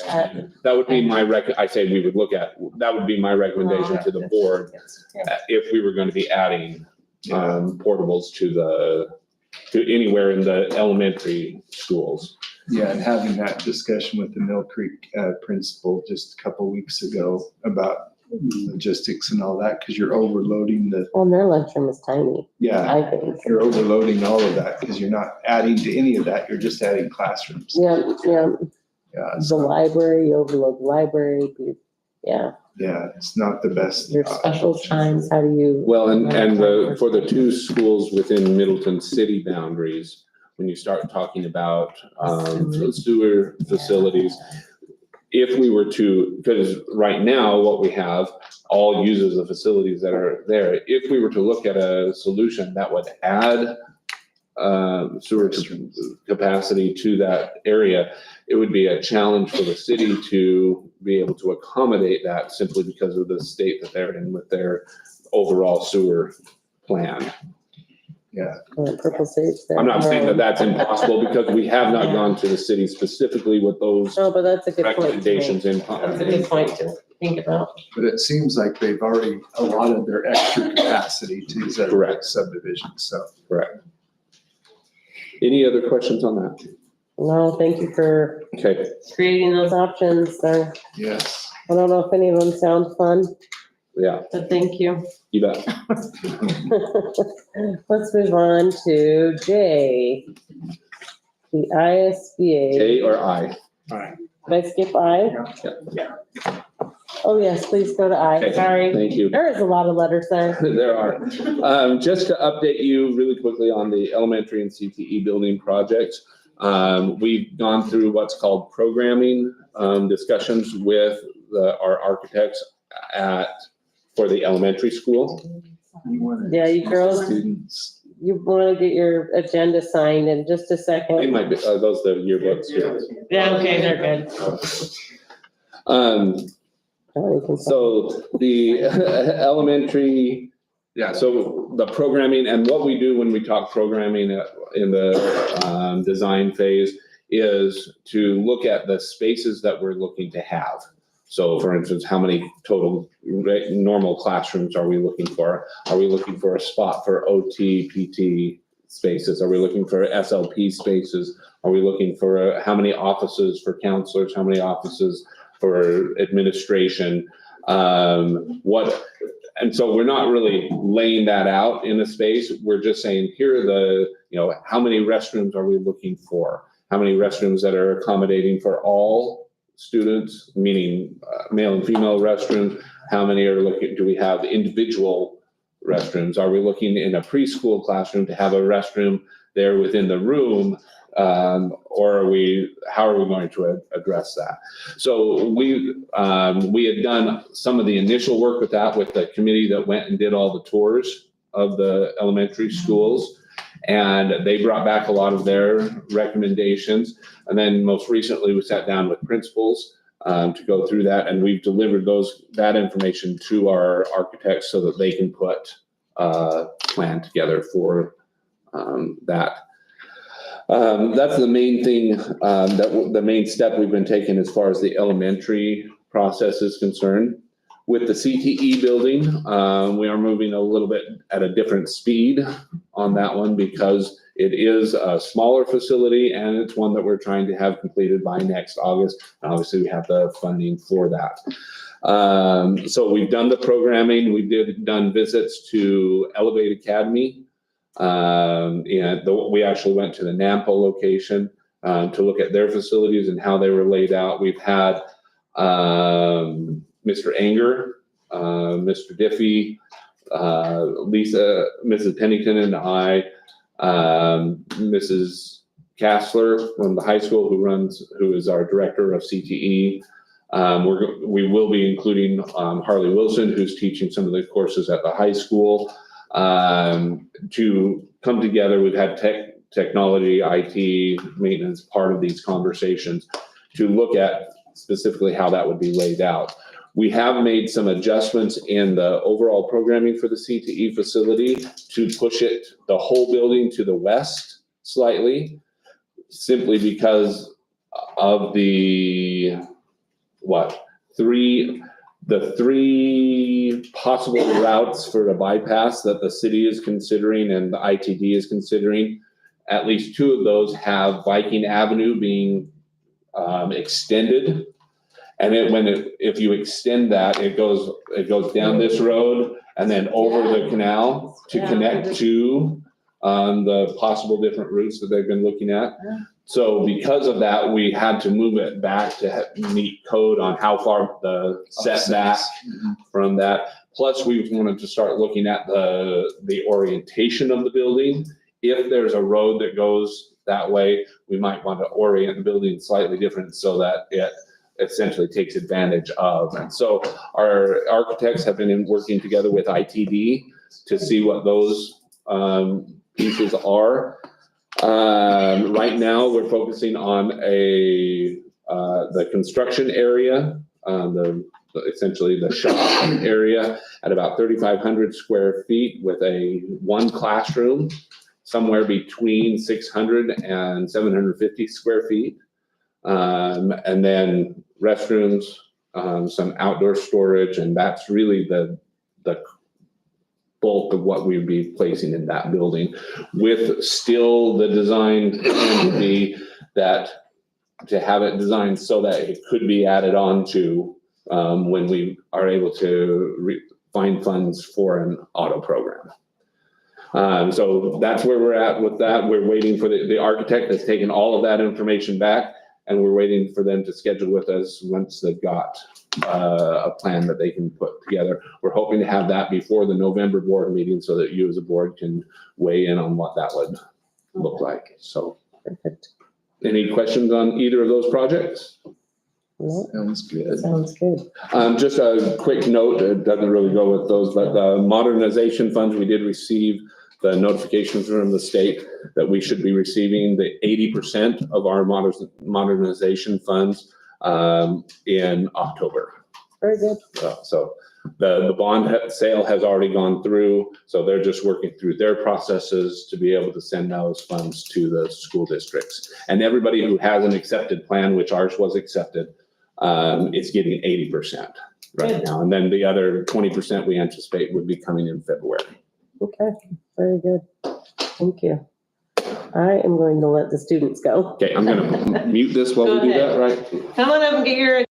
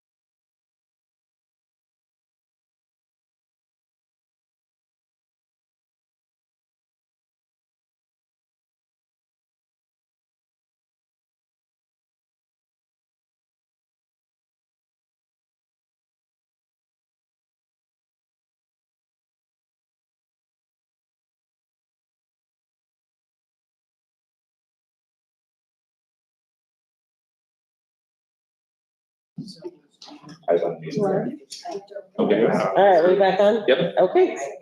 Thank you for allowing us to do that for the kids. Let's move on to J, the discussion of the ISBA resolutions. That's, yeah, I would be happy to, have you guys had a chance to look at some of those? Yes. What are your thoughts? Any thoughts there?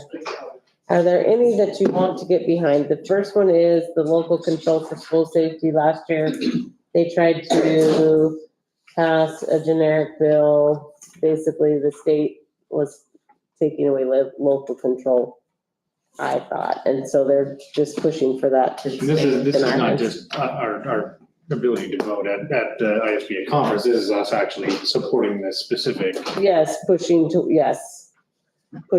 local control stay here so that we can decide how and what it looks like to. I think you meant as far as putting our name, or Right. can we add our names on any of this? Correct. Yes, That's- okay. That's what we're really. That, yes, Okay. that's really, I like the local control. I like the At this local point control too. in time, I'm not sure I want someone up there telling us. No, they What need we to, should be but every doing. community's different, right? Mhm. You drive 10 miles and it's gonna be different somewhere else, so I think it's important to allow that to stay. So, I mean, you guys let me know if we wanna choose to be a part of that, we certainly can. I put a star there. Oh, very good. Do we need to, is that an action item to do that, or do we just? Not necessarily, No, it's just because whoever is at the convention would Do the- represent the. I'm saying if we wanna. So if you really want that bad, Cindy, you get to talk in that giant meeting.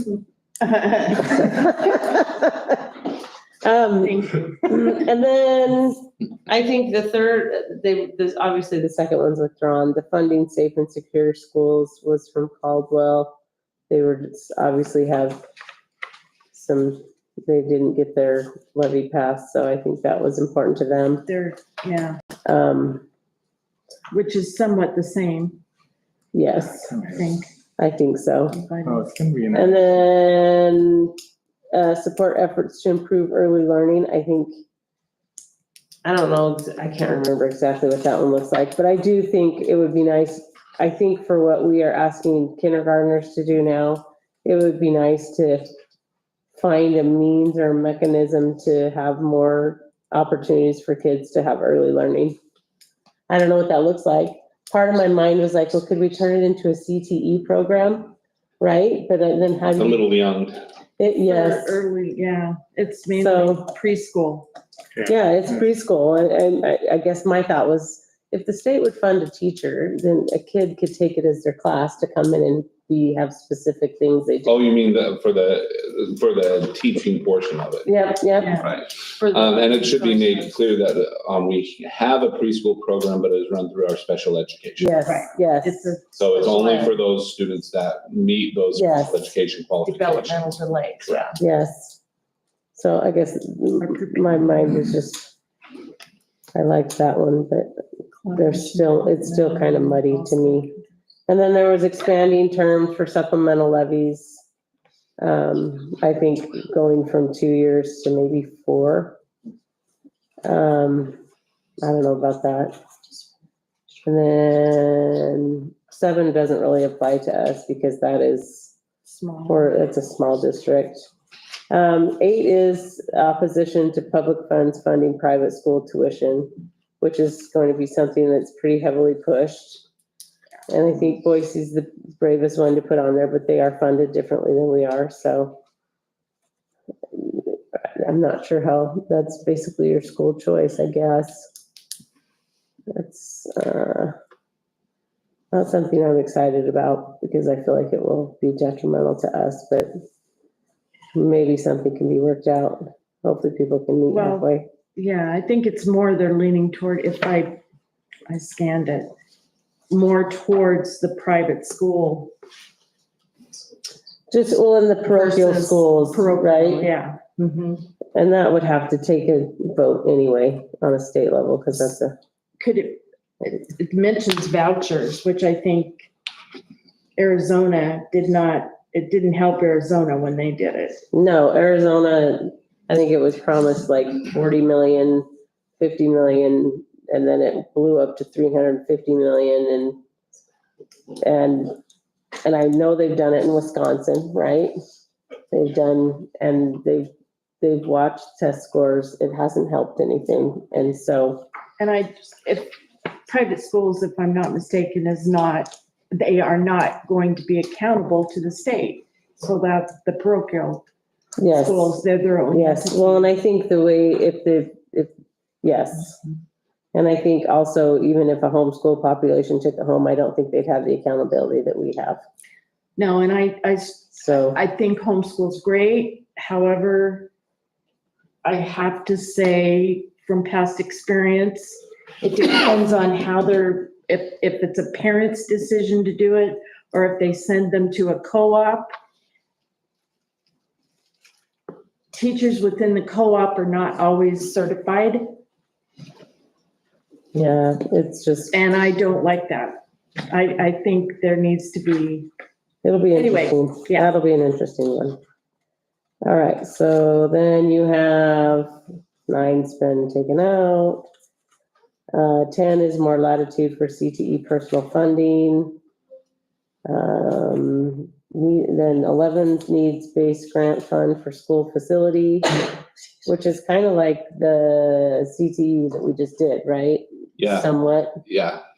that we got funding for the CTE. And there's, I believe they were patterning it off the grant process that was done for CTE buildings. But this would be for any school facility building that they'd be looking at, and it'd be based on need. Yeah, okay. And that's probably a good thing for some of those very small school districts. Local option sales tax to fund schools. That's an interesting one. A lot of these are pretty heavily supported by a lot of schools, or if they're not, No, they are. seems to be very specialized, so. I think West Bonner's probably way different than Middleton, Idaho. Yeah. So I don't know if that one, because people can drive, I mean, you can have a local option tax, then, so it's here, but then people all drive to Caldwell to Yeah. shop. It's- Right. How does that work, right? Or name per Do they do it unless they say, oh, well, you're from this zip code, then we tax you more? No, that's kind of mess. Then 15, funding for special education. 16's math and science funding to small schools, really doesn't. And then swapping the CIP for strategic plan. What's your thoughts on that, Lisa? What would that look like? It makes sense to do it because the strategic plan, right now, we combine the two. Okay, And most of what's exempt that we no longer have to report to the state on belong to the CIP. So we're really moving towards a strategic plan, which makes sense. it does. Yeah. It's just something that hasn't been, it's just one of those things you need to clean up. It's just not official in law yet. Gotcha. And then funding protection for school districts, which everybody would love. So we'll see how that one works. Just if you guys have any, I know that the three of us are going to convention. But Jay, if you have any input of something that you would like to see the ISBA support, please let us know so we can vote. Yeah, Okay. yeah, but I need to look at it more closely. Look at it more closely and let us know. I mean, this is a pretty, so to me, it's a subjective list, right? We have some pretty important needs in our area. I think we've got safety pretty well covered in our schools. We're doing okay there, but we got school funding that we've got to, building funding, things like that. We got to make sure that, like, I'm more inclined to just look at focusing on things that, are gonna take away from our kids' experience at school. If they're having a rough time getting crammed in and shoehorned into a room, I got a problem with it. If we're not gonna be able to give them the skills they need to leave our schools and be productive members of society, I got problems with that. So, I personally like the CTE type stuff is really interesting to me. Anything that we can do to find ways to fund building out an infrastructure that could support more of a program that will continue to expand our kids' skills, not just cram information into their head, but have them Skills. understand how to do stuff Well, with it, looking at that continuum of what kids need and where they So, want to go. I don't see anything here that as a board, I think that we need to hang our hat on. But it's certainly good to review all these things in detail so Absolutely. that we can know which way we want to push at the convention. Very good. That's my thought. Do you have anything? I think it's just important for everyone to remember that these are resolutions that give guidance to the advocacy arm of the ISBA. Yep. And that this is something that's unique for ISBA, at least the way that, I shouldn't say unique, but it's a way of keeping it local. Mhm. Because that way their advocacy is based on what the local districts in the state of Idaho are Have asked them. asking, not what Nevada is asking, not what Wyoming's asking, it's what's going on in Idaho. And so it's a way of keeping ISBA focused on local. And I think that's an important thing Yes. to look at. Well, and it's good to cooperate with other districts too. I think it's a consensus, if you will. Yep. So thank you, everyone, for enduring that. Now you get to endure one more thing with me, and I gotta find the paper. So we have a policy 1630, that says evaluation of the board. And it says at the conclusion of each year, the board may evaluate its own performance in terms of generally accepted principles of successful board operations. The board may choose to evaluate the effectiveness of the process that it employs in carrying out the responsibilities of the district. So my question to you guys is, would you be willing to do that as a group? Yes. Evaluate ourselves? And do you have any ideas of how you want to do it? Any thoughts? You can ask me how So amazing this I is am. a already. This is an policy. adopted policy that we have. But it says may. It says Not a may, you may requirement. choose to evaluate the effectiveness. It's not required, I I think it's worth the introspection. yeah, okay? Any direction you want to go with that? Any suggestions?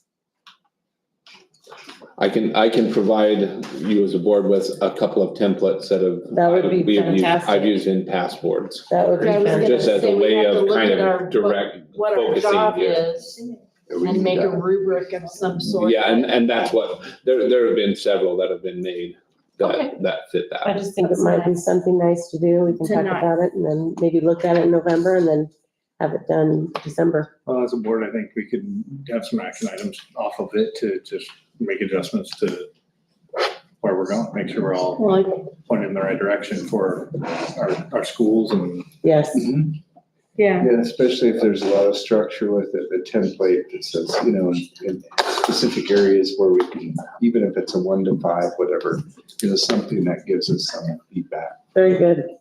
Thank you. Appreciate that. All right, let's move on to policy. Mrs. Pennington, I was gonna just pull up the summary sheet that I had shared with you guys and then we can okay. reference that as we go. So most of these go back to, yep. If you remember, the last few updates, there's been a bunch of different policies that reference back to the law changes that happened during the legislative session. So this is kind of that last bunch of those that are recommended and required in those updates. So really a lot of these, so the first one, 1140, just references back to House Bill 645. Talks about recalls of trustees, and this will then align that policy back to 1500P, which is one we brought on the last 3 months and then finalized last month as an update. And so this is the next push to help just make sure those align together. 2385 and 2705 both go back to the immunization pieces of House Bill 566. And so there's immunization language in both of these policies that needs to be updated to align with that adjustment as far as immunization and the changes there. So those both go back to that piece. Questions so far? Okay, 3060, education of homeless children. It's another one that's immunization, sorry, I meant to bunch that together. So, same thing there. 5470, leave of absence, there was a change in House Bill 580, and this extends the rights related to military leave and offers paid leave up to 10 days. And so this would be a change if we choose to make that, and then we would need to also update the negotiated agreement with that change as well to align the language.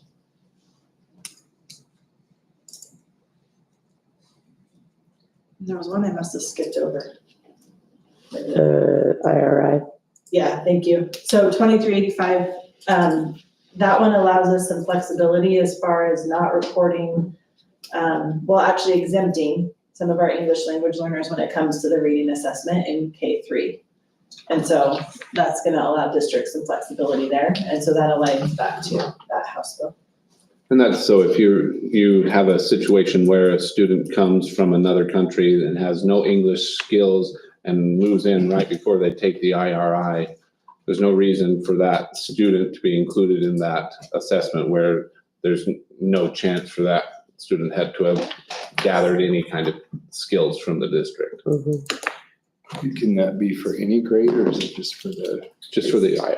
Yeah, so, yeah, just for the, lower grade. yeah, it's a K3 assessment, so any Okay. student that would be required to take that assessment. I see.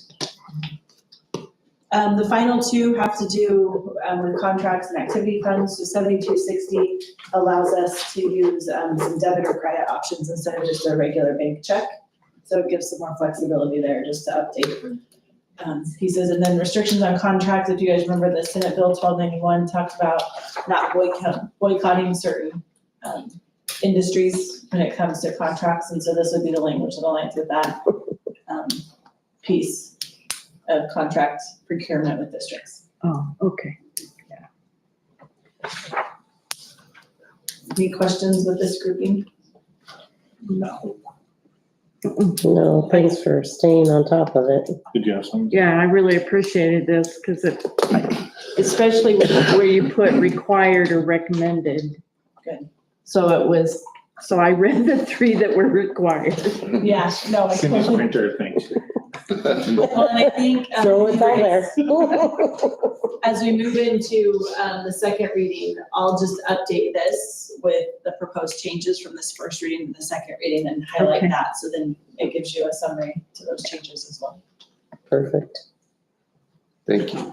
Yes, thank you. Yes, very much. All right, we can move on to action items. First, we need actions for the policies. Oh, that's right. Sorry, thank you. Make a motion to move these policies to second reading. We gotta read out each Numbers. policy. Oh, sorry, policy 1140, policy 2385, policy 2705, policy 3060, policy 5770, policy 470. 5470, policy 7260, and policy 7402. I are moved to a second reading. Second. Oh, Who wants it, Cindy? I don't Yes. care. All those in favor say aye. Aye. Aye. Aye. Now we can move on to possible action items. All right. I would entertain a motion for the dance team to go to Anaheim. I move that the dance team goes to the national competition in Anaheim. Second that. All those in favor say aye. Aye. Aye. All right. Action item B. I move that we approve the MHS choir overnight trip and out of state northern Utah. Second. Thank you. All those in favor say aye. Aye. Aye. Aye. Let's move on to C. Entertain a motion for the student Move that council. we approve the MHS Student Council overnight trip for State Student Leadership Conference in Twin Falls. Second. Thank you. All those in favor say aye. Aye. Aye. Aye. I would entertain a motion to approve or deny the continuous improvement plan for 2024, 2025. We have to do that right now? We have to, because you have to. You have to do it annually. Yes. The But I board- mean, it has to be turned in at the We've same already time. turned in. So if you had Okay. questions and you wanted to I'll ask you adjust, later, yeah. yeah, Okay. but if you had questions you wanted to adjust, we could address them in the action item in November. Oh, I see. Okay. I move we approve the continuous improvement plan of 2024, 2025. I'll second that. All those in favor say aye. Aye. Aye. I would entertain a motion to approve or deny the change of date and time for high school graduation. I move that we change the graduation date to May 23rd at 2:30 with the possibility of moving that to the Idaho Center. Second that. Thank you. All those in favor say aye. Aye. Aye. Ford Idaho Center. Fort Idaho Center. Nay, Not the Chevy. All those in favor say nay. nay. Thank you, Cindy. With that, we are adjourned. Thank you for coming, everybody.